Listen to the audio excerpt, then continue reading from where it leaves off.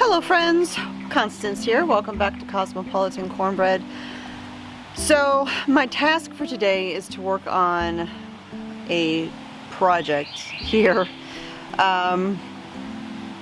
It's the fence behind me. You can see right here. This was just put in as a temporary fence, and it was never meant to be permanent. It was a matter of, we're moving here. There's no fencing, there's nothing to keep our dogs from taking off up the mountain, and we needed something to temporarily contain them. Well, there's a bit of a problem, and I bet you can look at that and guess what the problem is without me even telling you. You see, we have 3 dogs, 2 big dogs and 1 little bitty dog.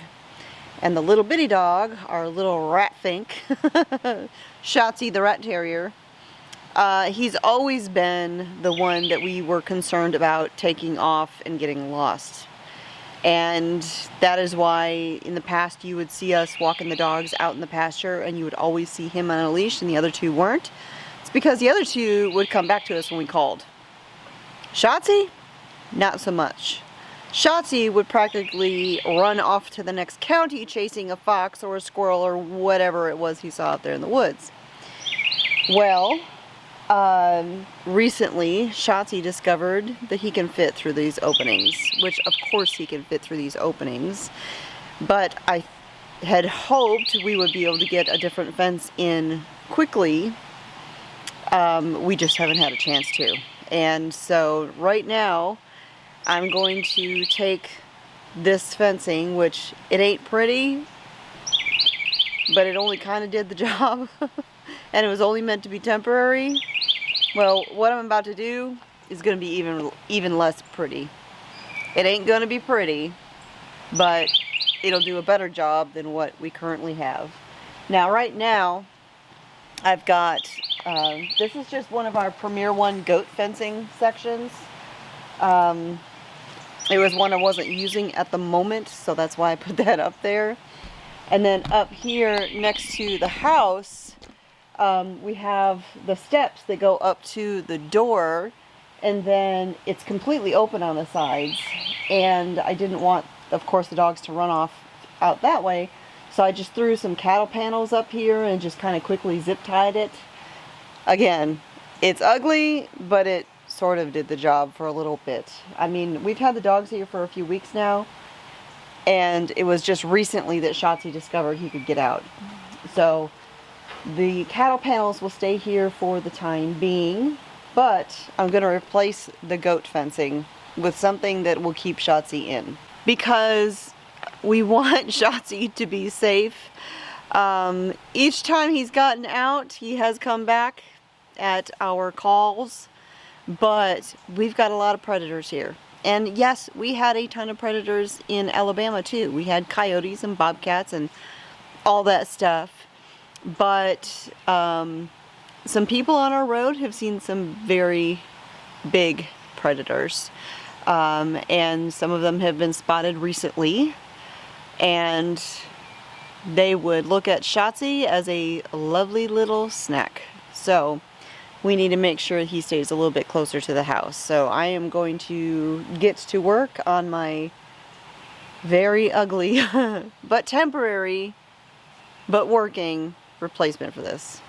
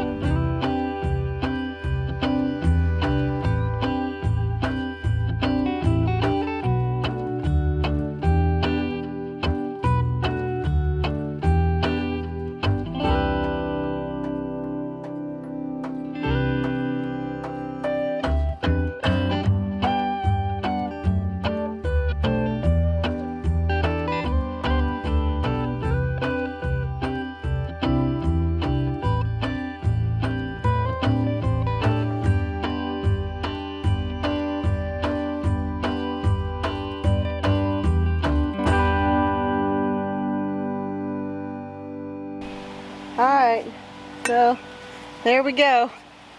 It's ugly, but it'll do the job for now. Now it's time to go do evening chores.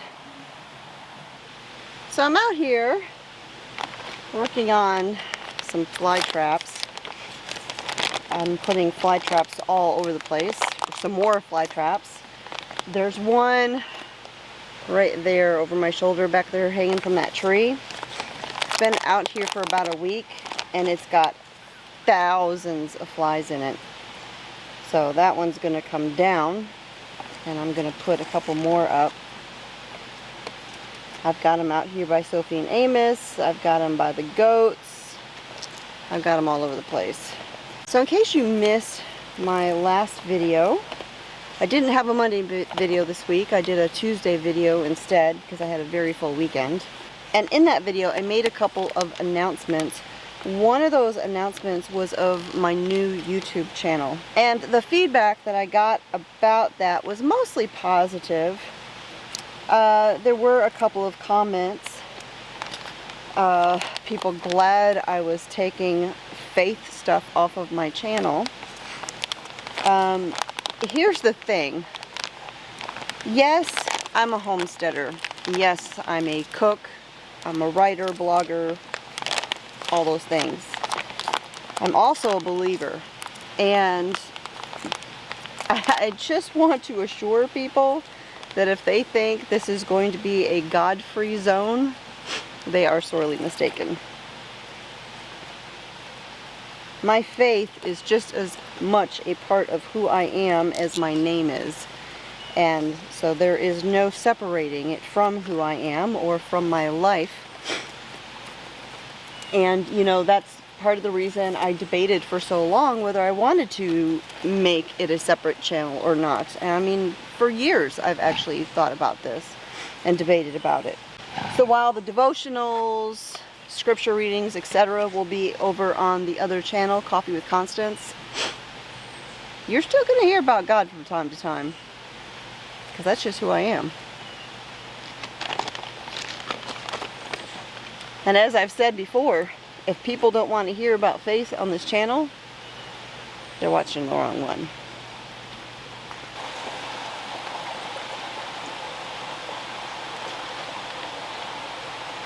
I just realized the water hose isn't on. I'll just use creek water.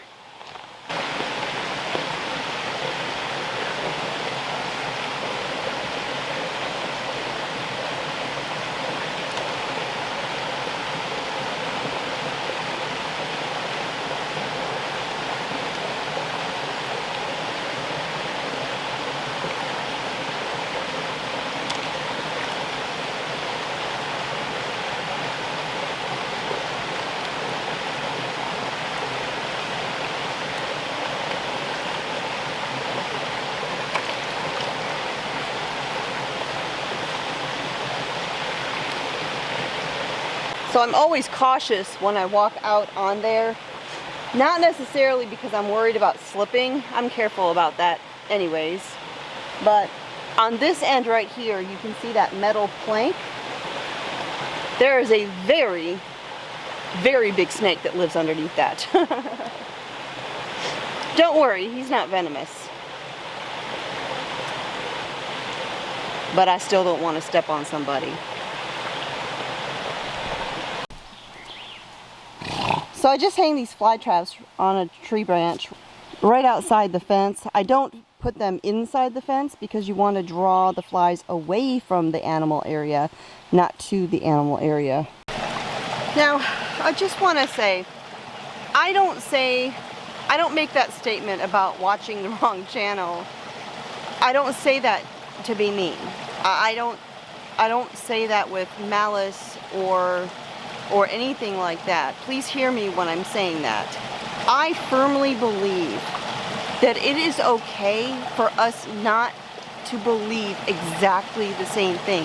It's okay for us not to be cookie cutters of one another, because having our beliefs on anything challenged is a good thing. And if you don't believe me, I did a video a couple years ago I was out mowing and this just struck me. I had a lot of revelations when I was out mowing. But this just struck me, and I had to stop what I was doing, go to the front porch, grab the camera, and just sit down and share about why it's good to be wrong, why it's good to be challenged. I will put a link to that down below. I don't expect people who come to my channel to agree with everything that I say. I don't expect them to have 100% the same philosophical beliefs, political beliefs, religious beliefs. If you are only going to surround yourself with people who believe exactly the way you do, that's going to be a really lonely existence, because you're never going to find friends, family, pastors, rabbis, priests, whatever. You are never going to find somebody who believes 100% exactly the same as you. If they say they do, they're probably a sycophant or a liar. I'm just saying. And I'm not saying that to be mean. God didn't make us with a cookie cutter. He made us all out of the dirt, individual, in His image, with minds to think for ourselves and come to our own conclusions. And all of us who call ourselves believers are on this journey of faith. And none of us have arrived, because we're all still walking on top of the dirt. Hi, Nosy. Ah, buddy. You coming out here to visit me?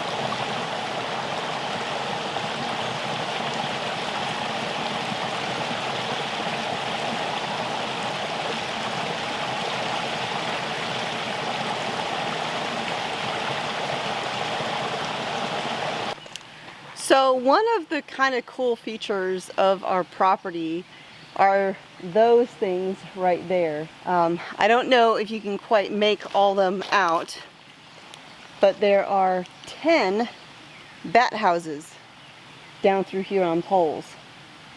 And they're right underneath one of our security lights. So the light, of course, draws the bugs, and the bats eat the bugs.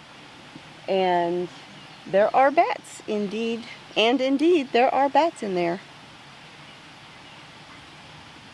You're not going to be able to hear them on camera. But anytime we come over here and we make noise, we can hear them chattering in there. So right back there behind me is my future garden area. It's a pretty good sized area. Potentially with as much growing space as my in-ground garden at the Alabama Homestead. Now, one of my neighbors actually offered to till it for me. He's tilled it before for previous residents, previous owners. However, there is a gentle slope back there. And rather than trying to till up and rebuild soil from scratch, like I did in Alabama, because let me tell you, there's not a lot of soil right here. What you do see is a lot of rocks. And as a matter of fact, all of the stonework that is here on this property, whether it's the, I don't know if you can see it, the little mini retaining wall right there, all of the stone benches, like that one sitting right there, the gazebo, just the raised beds that are built up there, all of those rocks came from this property. And so that's basically what you see underneath the little bit of grass there. So my plan is to do raised beds, and we'll do them in a terraced fashion where it'll be kind of stepping down the slope. I think what I'll probably do is like a walkway up the middle, and the raised beds going in this direction all the way up the hill. Now, before I build them, however, there are a couple trees that are going to need to come down. There's 2 trees over on the side right there that are kind of encroaching on the space, and when they leaf out, if they leaf out, because I'm not certain that they're still alive, they'd be shading too much. And there's actually a couple of the bigger trees that I'm going to want to come down as well. However, those bigger trees over there, I'm going to have somebody else do it. I'll have to call in the professionals because the power line's right there. Now this area out here does get some full sun.